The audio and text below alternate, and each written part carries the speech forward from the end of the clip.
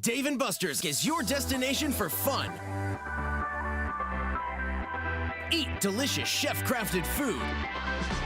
Try sizzling favorites and new creations from our talented chefs. Drink the coolest cocktail creations. Play the hottest new games to win awesome prizes. And watch all the games in the best sports bar ever. Only at Dave & Buster's. The Steve Davis Show is proudly presented by Dave & Buster's.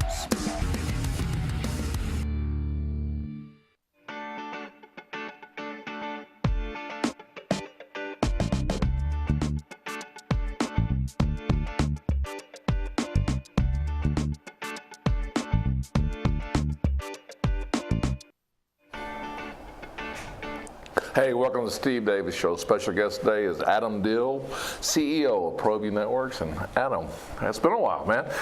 Yeah, you know, you dumped me for all these other guests, never had me on. Well, now finally I got the talent. I realized, you know, that I was missed out on. That's wise. It was a good decision to finally. You know, I tell you what, this year's going by fast again. Every time we get on, it just seems like, you know, we're starting something and we never finish it and something else starts.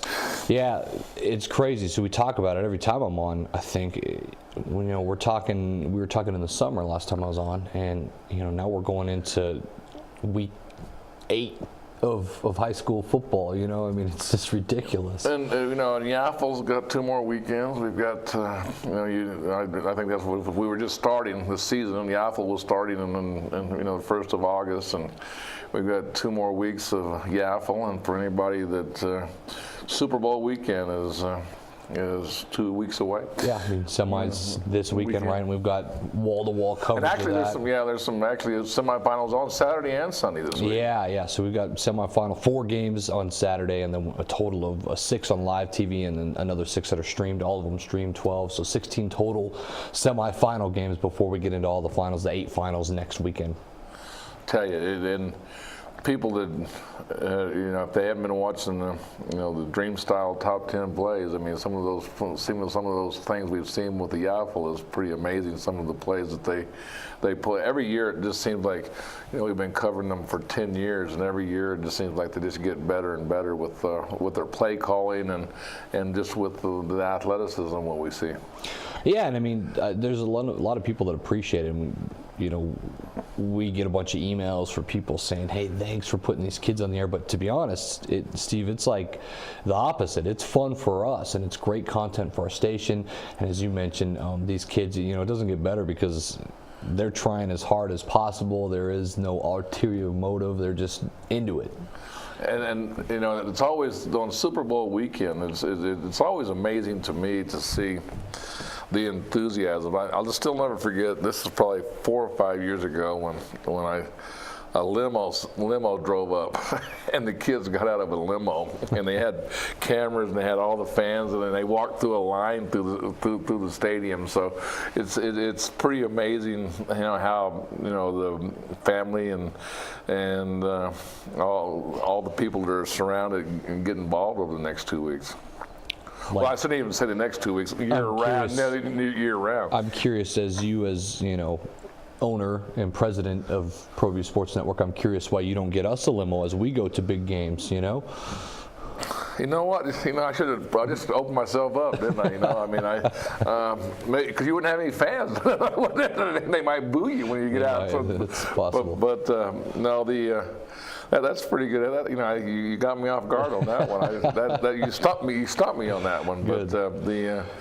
But that's just one of the things that's happening over this big, and then we, you know, I think, and we'll talk a little bit more about it in the next segment. It's about the time for, you know, the Adam Dill's bracketology to come out, and it was funny. I just talked with Fred Holbrook before we came on the show, and I talked to him like last Saturday. He went to the El Dorado Clovis game, and we had dinner, And you know, he has him, Fred and the Marty show on 101 7 to 10 every Saturday, the team, ESPN every Saturday morning at 9 o'clock, and he was asking me the question, you know, the big question, well, who gets to be number 2 and 3 and 4 in the ratings, and I go, we all have an opinion of it, but there's criteria that has to be followed, and people are really caught off guard, and I don't know how many times you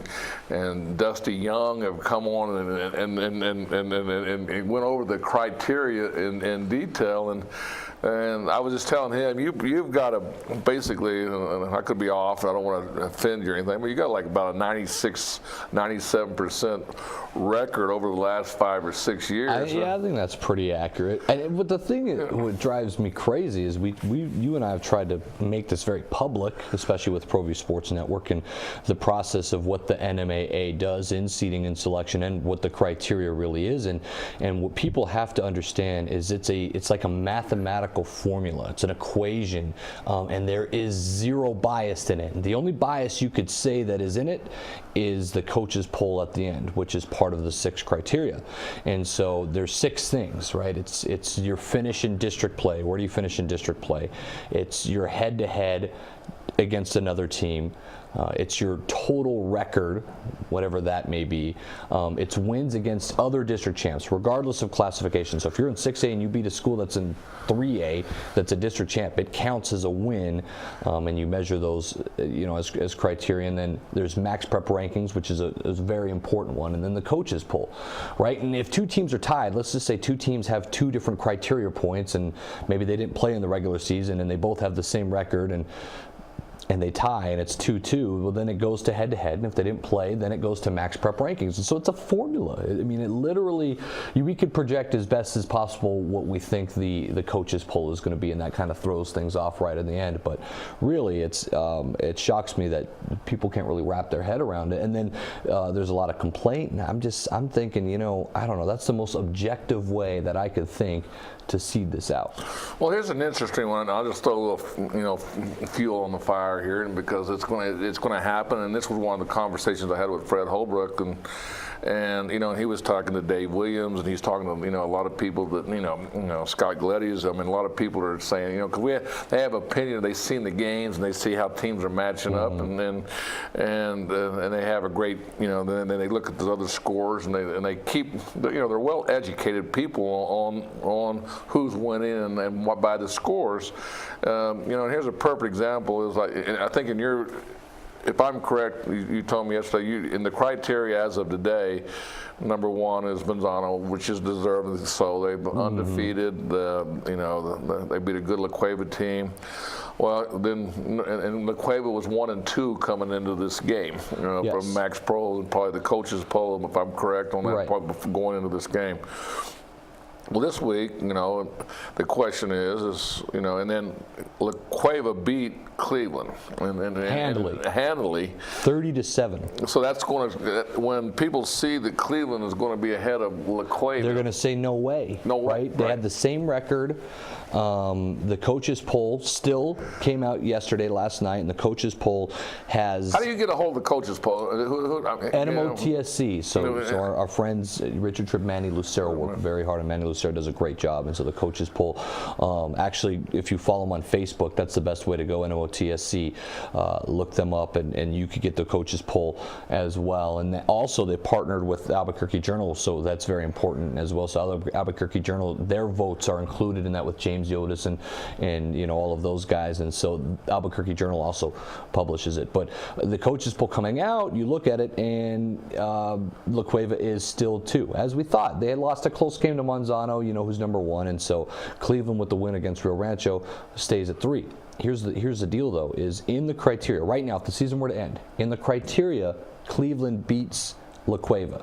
Okay, and so that's where people say, well, there's no way. I mean, La Cueva already beat Cleveland, but okay, well, you know, Cleveland is a district champ. La Cueva is not, right? They're both going to have the same record, a head-to-head loss. Assuming everybody wins out. Yeah, and so, you know, that's kind of how it works out right now. Now, this could change. It could change It could change this next week because La Cueva has such a tough schedule, and Cleveland is barely, and I mean just barely ahead of La Cueva and Max Prep Rankings. If you don't know what Max Prep Rankings is, go to maxpreps.com and click on, New Mexico football, and then click on rankings, and you could search by class or all together if you'd like. But really, it's a formula, and it's almost like an RPI system from college basketball that everyone's used to. And it takes your strength of schedule, and it takes, the opponents you played and on the road or at home, and then it puts it all together in some formula, and it comes out with who the best is in your record. And it's a formula that seems to be working nationwide. It's not just used here in New Mexico. It's used nationwide in, I think, 48 different states. They use this in criteria. So it's a big deal. Okay, I got another one to throw at you. One more, because it's came up all weekend. Actually, I got people fired up on this already. Started talking about this. So it's Las Cruces. They went out. Will they jump La Cueva?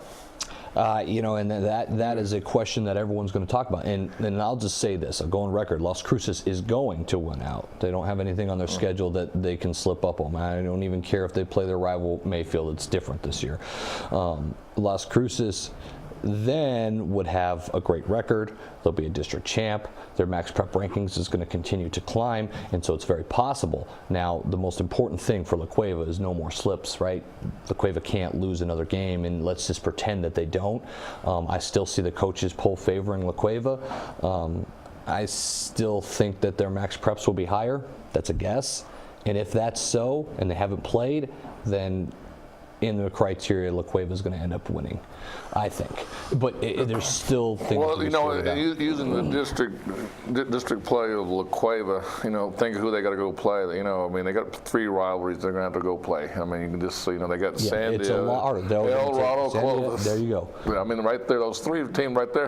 And if I'm correct, 4 of those teams in that district are in the top 10. And then Sandia's flirting with it. Now, the Sandia and the coaches poll just came out in the top 10. In our Proview Networks poll, not. But you could flip a Trisco and Sandia, that's fine. But I give the nod to Trisco, considering that they beat Sandia pretty good. So, who's also flirting in the top 10 is West Mesa. And not a lot of people have talked about them because their schedule has been light. But as of now, West Mesa is a team that would make this tournament. They would be a 12 seed based on the criteria. And so it is very possible, Steve, by the end of the year, that District 4 actually gets to their district champ. First in a long time. And it's going to be close. It depends on what Centennial and Sandia do. That's the last 3 you're looking at, or 4, based on who wins our game of the week this week in West Mesa and Atrisco. It could be Atrisco, West Mesa, Centennial, and Sandia, and one of those teams is going to be in the outside looking in. And then I guess you could say that Valley, if they were to upset West Mesa, and West Mesa beats Atrisco, and they can mess that district up, can sneak in. But that is kind of where you're at. Well, keep that thought. We're going to go to the Dream Style Remodeling top 10 plays and come back and talk a bit more about Adam's bracketology.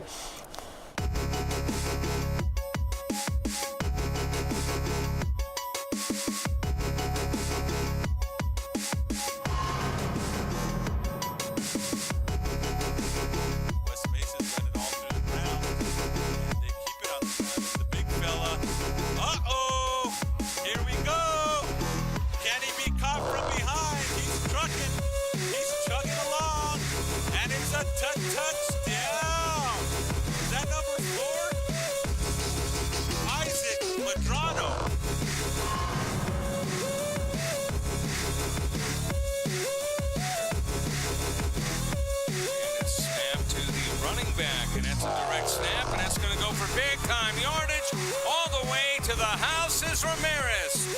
Touchdown, Atrisco Heritage.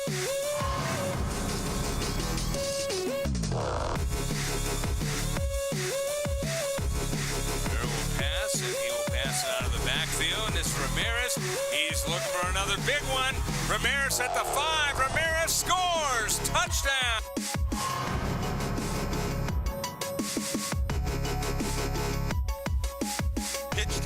Gita's going to throw, and it is caught. What a catch. He jumped up at the high point and catches it. Touchdown. What a play.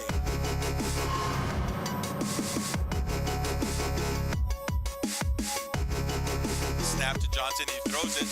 Receiver's open. Don't dance, get the first down. And indeed he does. Makes a cut, gets back inside, and it could be a touchdown.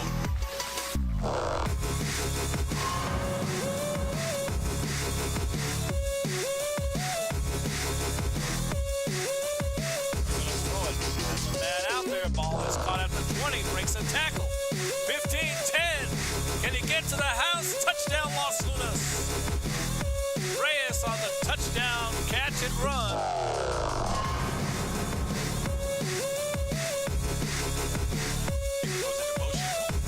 Quarterback drops back. He has a receiver. He's throwing. They bump, and he catches it. What a catch! Oh my! Fair to the left. Drops back, and the ball goes up, and it's up for grabs. Oh my goodness!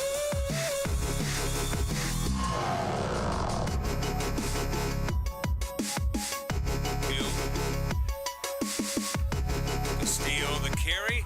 Good run there. Nice cut to the outside, and Castillo will be into the house. Touchdown.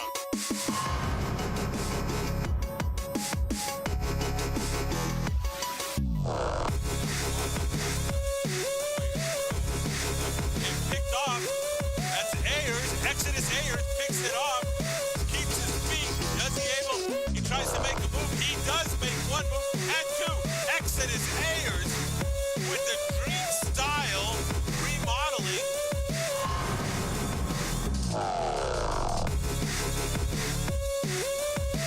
Sanders is the quarterback. He's trying to find some room. He throws it up, intercepted, and it looks like it could go back for the pick six. Here we go, one tackler to beat, and he doesn't do it. The defender with the pick six.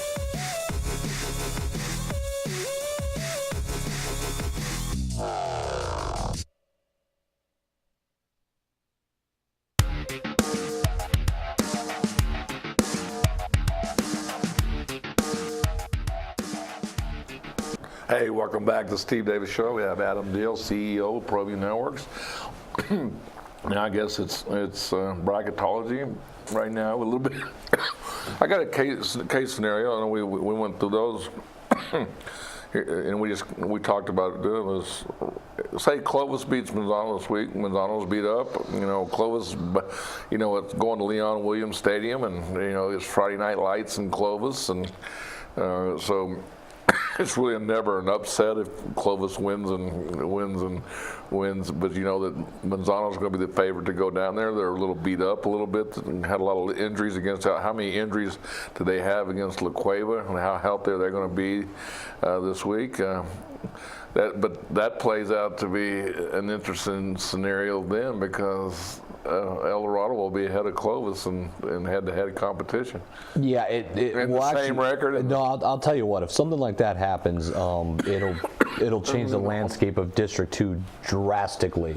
Right now, clear favorites is Manzano to finish this off. If you just watch their games, they are that good.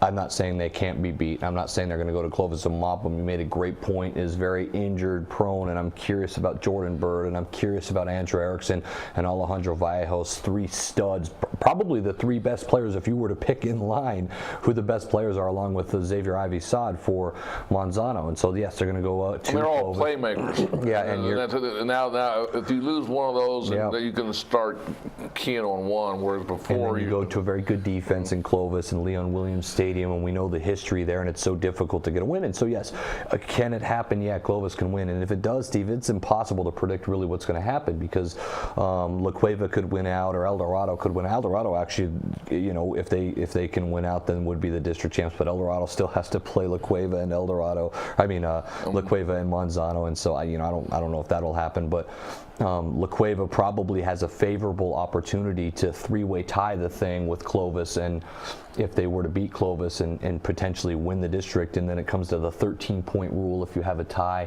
at the end of the year, if there's a three-team tie for district championship, it comes down to who beat who with a maximum of 13-point differential, and it gets into that mess. So this is the district that we thought all of that mess could happen in. As it stands. Bringing that scenario up, just you know, you would think that a healthy Manzano team going to Clovis is going to win. You know, I mean, just you know, I mean that. No, I agree with you. Look at the difference once these players went out and LaQuave was able to make their comeback in the second half. They were getting blown out, really. It was 21-0, and then they scored right away and made it 28 or 21-7, and then immediately Manzano went and scored, and it was 28-7 before these players the game was over, how they deal, and then all of a sudden here comes LaQuave. And then, but you know, credit to Manzano, because with all these players out, what still shined was their defense, and they still had 2 monster defensive stops in the fourth quarter when LaQuave looked like they were going to jump into the end zone tie and potentially maybe 2-point conversion to win it or what have you. But Manzano's loaded, so even with injuries, I still think they're going to be a handful for Clovis. That's how good they are. I can make one prediction and I'll be correct. Okay. So I just, you know, just real simple. Friday night at Clovis. Yeah. One purple team will win. That's accurate. You're right. For the first time, Steve Davis is correct. I'm 100% correct, and nobody can argue that there was going to be a team that their colors are purple. Steve, here's the big problem too. If Clovis lose, and what a wonderful start to the season they had. That's going to be. Let's go that route. So if Clovis lose to Manzano, and let's just pretend they beat Sandia, and you know, and they can win that game. You know, Clovis is then by rule going to have to be seated behind who they lost to in district. So let's just say it's, you know, you've got LaQuave, and you've got, they still have to play LaQuave. I'm just foreseeing. Some they lose LaQuave. You've got LaQuave, and you've got Manzano, and you've got El Dorado all ahead of them. That's going to push them roughly to, you know, right now, El Dorado, you're looking at, they're probably like a 7 seed, maybe a 6, depending on what Hobbs does, 7, 6. But then there's Volcano Vista. And Volcano Vista's max prep is higher. Their coach's poll now is higher. Their record is going to be higher. And Volcano Vista finish in district is most likely going to be higher because 3rd and 4th. And so Volcano Vista then would jump Clovis. And so you're looking, and that's assuming Volcano Vista just beats Piedro Vista and Cibola, right? And not upsets Cleveland or Rio Rancho. And I know there's so much into this, but we're just looking down the road. And then, you know, Volcano would be seated above them. Then you're looking at Clovis, this fantastic team, at potentially a 9 seed if they do slip up in their district more. And so I'm just saying, and you know, do you want to see Clovis as a 9 seed? Well, that goes to another. I want another thought. Here's a team that really has been under the radar is Volcano Vista. I mean, look at their record right now. The problem is their schedule, Steve, and so when they beat somebody, then everybody could appreciate what they are, and that's just a fact. Their record is great, but they haven't played anybody. And the one tough game that they played, they're playing one. Exactly. That's why I'm going with this. Right. Big Their game. one tough game they played this year was against El Dorado, and they got blown out. Right. So now remember, Cibola also just beat El Dorado last week.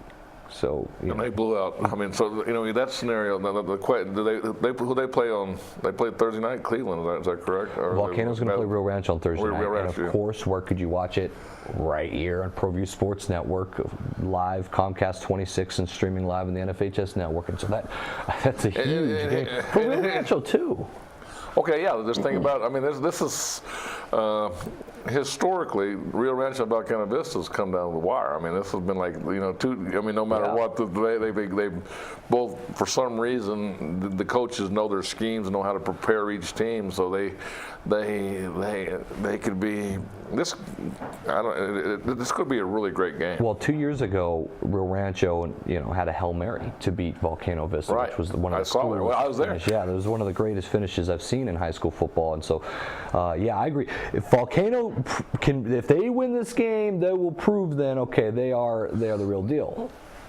I mean, that's just, they've got to win it though. They've got to win the game, and let's. So this makes this next 4 weeks pretty. Well, really I just want you to look ahead, because if they don't win against Rio Rancho, then you've got Cleveland. Cleveland's playing fantastic right now, and then Cibola is playing a little bit better, and you know, you would imagine they could win that game, but you just don't know. Cleveland had their wake-up call against LaQuave, and ever since then they went down to Las Cruces. And I'm starting to think that Cleveland would die for another shot at La Cueva. Like, I'm starting to think that that's not the real Cleveland team, and I'm not taking anything away from La Cueva at all, because Brandon Back's team has the team that can win the Blue Trophy this year. But I'm really thinking that Cleveland just didn't show up on that Thursday. The thing about La Cueva that impressed me in that comeback is they're physical. I mean, they're just physical. Well, there's no doubt. And not mean or deal. They're just they do so many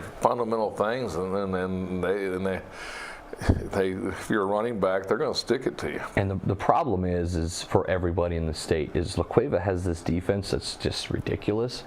And Manzano started to carve through that defense as time was going on before all the injuries. And so it just makes me think, when you have Xavier Ivy-Sod and Jordan Byrd, and they do the read option over and over and over, and then throw in a jet sweep or a quick slant to Andrew Erickson, it's just a monster that you can't deal with. You can't, unless your front line is impenetrable. And I thought La Cueva's maybe was. So that's why I thought, that maybe their defense would get more stops, and they didn't. And so I think all roads, lead to that crazy monster, if healthy, Manzano.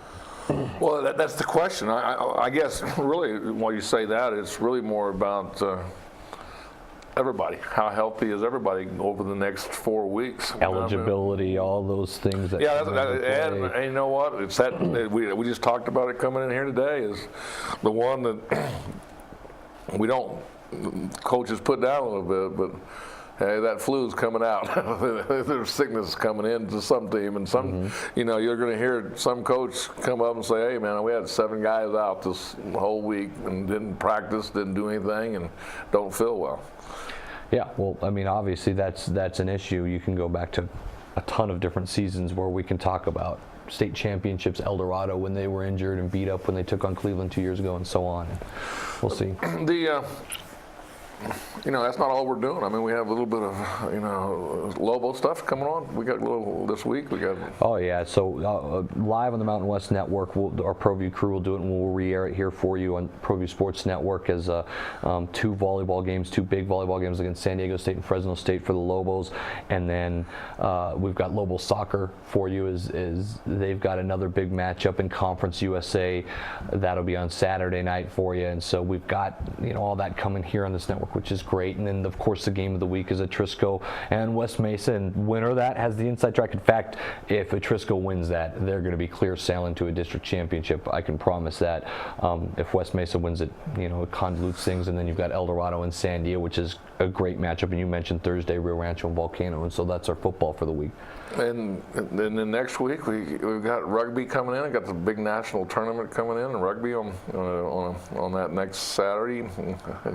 It just seems like this just snowballs. And then we have Super Bowl championship next weekend, next Sunday. And then all the state championships and seeding and the selection shows start. And you kind of blew me away the other day. We got soccer season selection show. We've got volleyball selection seating show. We got football selection seating show the next 2 weeks. Don't blink, man.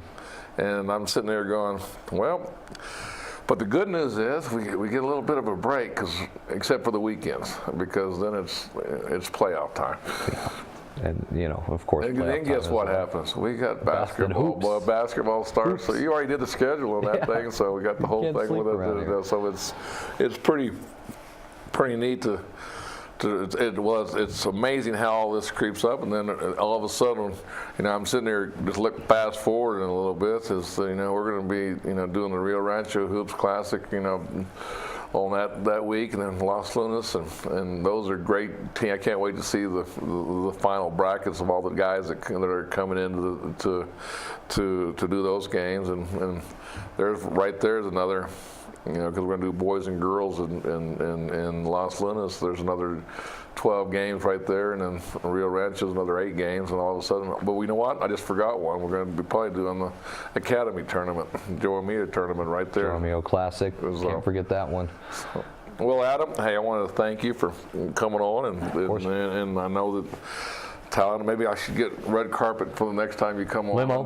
You know, Limo transportation. And then we'll try to pull it in between the doors. You know, we'll get it in. Maybe we'll just, you know what I am, we'll get a small little limo and just have them cart you in there. What do you got to do? We need to up it up here. Hey, well, thanks for, you know, explaining that, the bracketology, the rules. You can check that out on our website. It'll be on our website, our first bracketology released, and then also on our Twitter feed at Proview. And you do it, and you're going to do the 5A too? You're doing the 5A, or just do it? Yeah, we'll do it. And you'll have it on our computer, right? Absolutely. ProviewNetworks.com. All right, thanks a lot, Adam.